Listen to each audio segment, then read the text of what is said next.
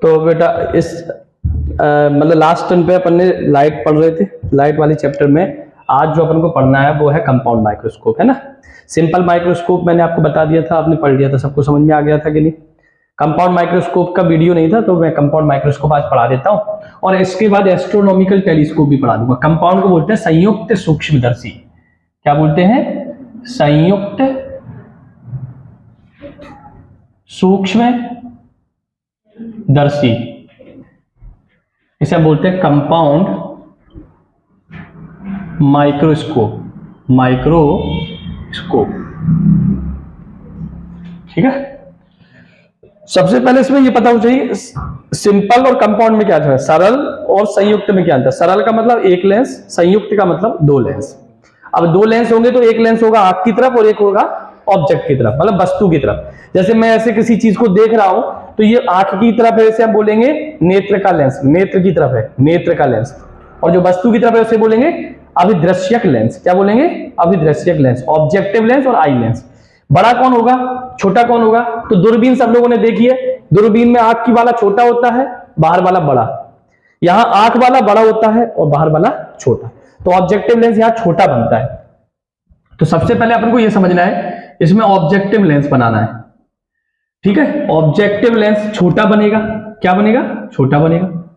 इसका नाम है LO, O फॉर ऑब्जेक्टिव। एक वस्तु रख दी हमने यहां पर जिसको मुझे देखना है, इस वस्तु की दूरी को हम U मान लेंगे।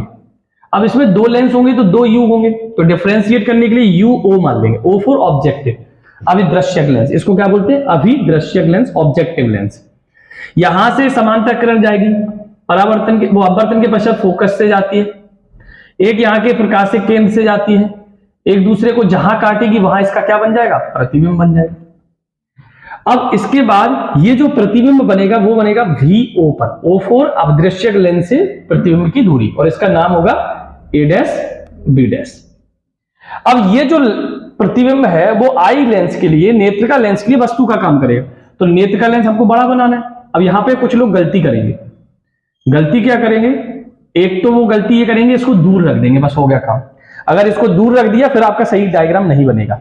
तो इस इमेज के, इस प्रतिबिंब के पास में रखना है, पहला काम। दूसरा ये है ऑब्जेक्टिव लेंस और ये है आई लेंस, अभिदृश्यक लेंस, नेत्र का लेंस। इसके लिए वस्तु का काम करेगा। तो ये जो डिस्टेंस है वो कितनी होगी? UE। क्या होगी?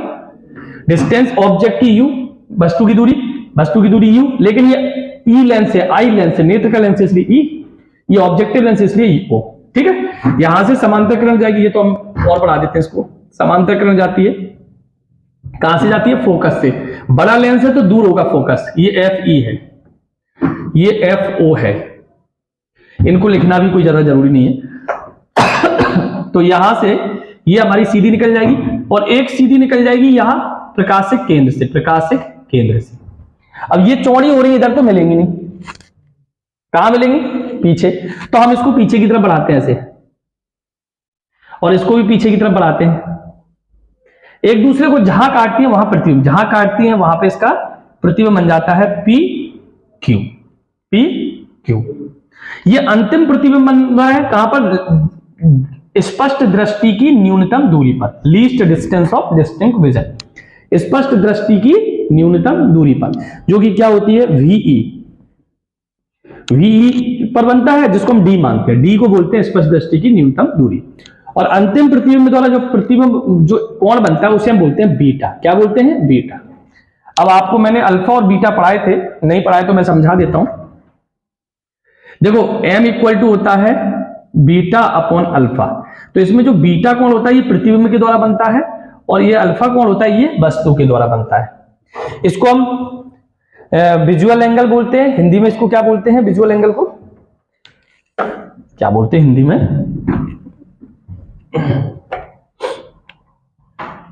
अभी इतना याद रखें बेटा, ये प्रतिबिंब के द्वारा बनाया गया कोण होता है बीटा, और वस्तु के द्वारा बनाया गया कोण होता है अल्फा। और इनको हिंदी में इस कोण का नाम होता है बेटा, याद नहीं आ रहा मेरे को, है ना। चलो देखते हैं।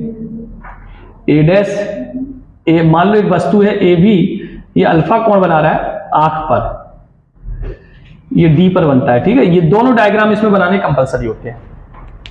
दोनों डायग्राम इसमें बनाने कंपलसरी होते हैं, ठीक है।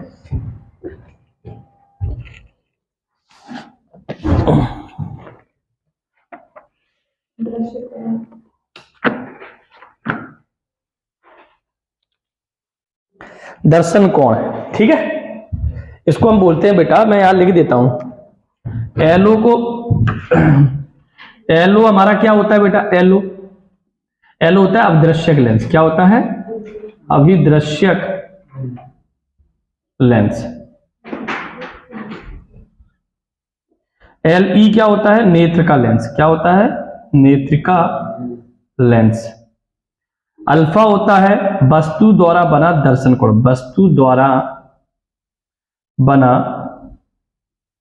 दर्शन कोण। और बीटा क्या होता है? प्रतिबिंब द्वारा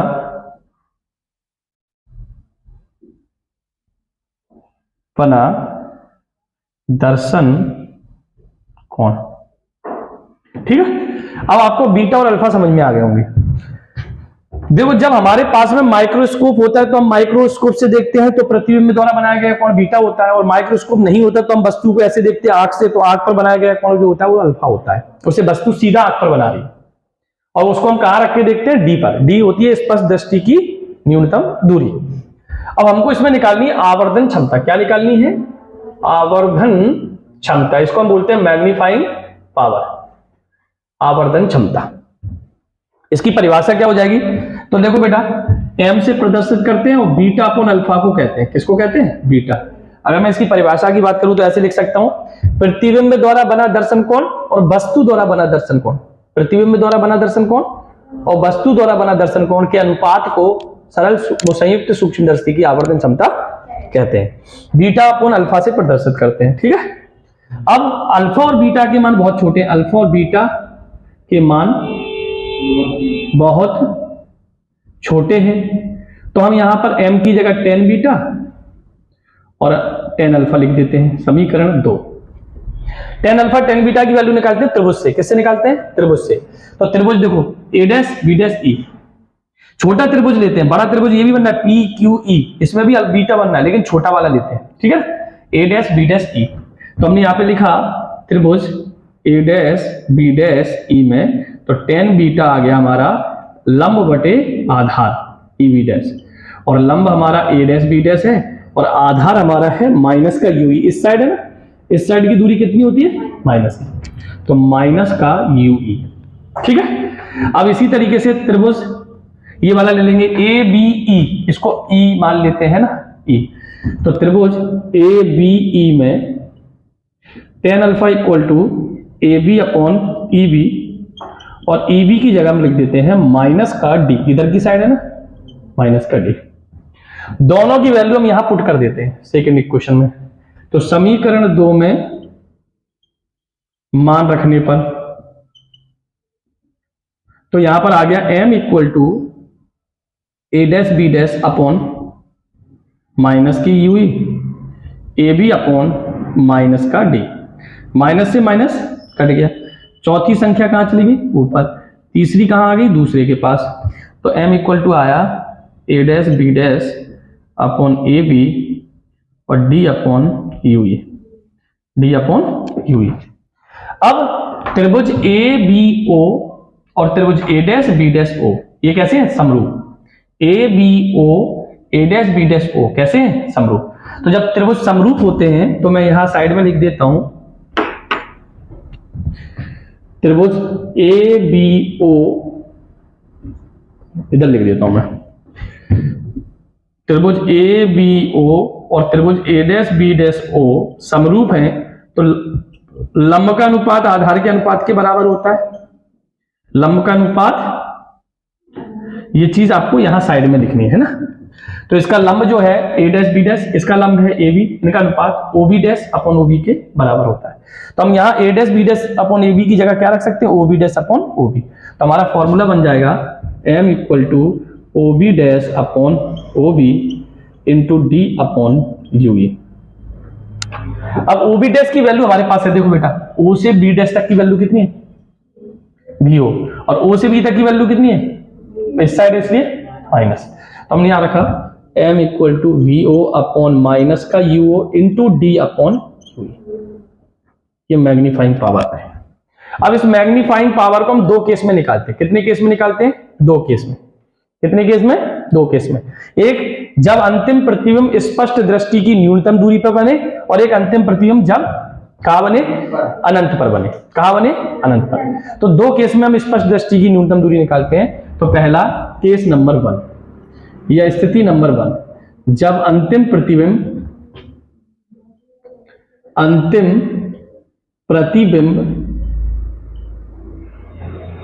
कहां बने बेटा? डी पर। डी मतलब स्पष्ट दृष्टि की न्यूनतम दूरी पर बने। तो अगर अंतिम प्रतिबिंब डी पर बनना है, इसका मतलब वीई की जगह अंतिम प्रतिबिंब माइनस डी आ जाएगा। हमने लगाया लेंस सूत्र से। अच्छा, माइनस डी क्यों आया? अंतिम प्रतिबिंब कहां बनना है? वी इक्वल टू देखो डी पर बनना है, और तो इधर की साइड में, इसलिए माइनस डी लिया। इसलिए कैसा लिया? Minus D. अब लेंस सूत्र लगाएंगे तो 1/f equal to 1/v minus 1/u होता है। लेकिन 1/f की जगह एफ ई वी यू, क्योंकि लेंस दो हैं। कौन से लेंस के लिए लेंस सूत्र लगाया? तो ये भी आइडेंटिफाई करना पड़ेगा भैया, लेंस सूत्र से अंतिम प्रतिबिंब बनता है, इसलिए हमने लेंस सूत्र के लिए लगाया है। वो कौन सी बोले? नेत्र का लेंस के लिए, है ना, आई लेंस के लिए। तो 1/f ई, वी की जगह माइनस का डी, यू ई देखो इस साइड है, देखो यू ई इस साइड है इसलिए माइनस का, और एफ ई इस साइड है इसलिए हमने प्लस का रखा है। तो यू ई की जगह माइनस का यू ई। तो यहां से 1/f ई, हमको चाहिए value D upon U E की। किसकी? तो डी अपॉन यू ई के दोनों साइड हमने क्या कर दिया? मल्टीप्लाई। इसमें डी डी डी मल्टीप्लाई कर दिया, डी से डी कट गया, -1 इधर आएगा, प्लस का हो जाएगा 1 plus D upon F E. इसका समीकरण इसमें मान रख देंगे तो m इक्वल टू आ जाएगा समीकरण 3 से m इक्वल टू आ जाएगा माइनस का V O upon U into D upon U की जगह क्या रख देंगे? 1 प्लस डी अपॉन एफ। ये हमारी आवर्धन क्षमता आ जाएगी। इसको हम बोलते हैं बेटा एमओ, अभिदृश्यक लेंस की आवर्धन क्षमता, और इसको बोलते हैं हम नेत्रिका लेंस की आवर्धन क्षमता। तो ये फॉर्मूला भी बन जाता है m equal to MO into M, M equal to MO into M. Minus sign छोड़ दो, कोई दिक्कत नहीं, माइनस तो इसमें लगा देंगे, ठीक है। अब इसमें आता है नेत्र, जो हमारे संयुक्त सूक्ष्मदर्शी है उसकी लंबाई क्या है नली की। तो नली की लंबाई कैसे निकालते हैं? दो लेंसों के बीच की, दो लेंसों के बीच की लंबाई को नली की लंबाई कहते हैं। तो दो लेंसों के बीच की लंबाई क्या है? VO plus UE, VO plus UE. तो आपने यहां लिखा वीओ प्लस यूई, ये हो गई हमारी नली की लंबाई। अब आते हैं केस नंबर 2 में। केस नंबर 2 में जब अंतिम प्रतिबिंब कहां बने? अनंत पर बने। जब अंतिम प्रतिबिंब अनंत पर बने, देख रहा है जरा। तो केस नंबर 2 में जब अंतिम प्रतिबिंब अनंत पर बनेगा बेटा, तो हम इसको यहां मान लेते हैं। मान लो अंतिम प्रतिबिंब अनंत पर बनना है ना। केस नंबर 2, जब अंतिम प्रतिबिंब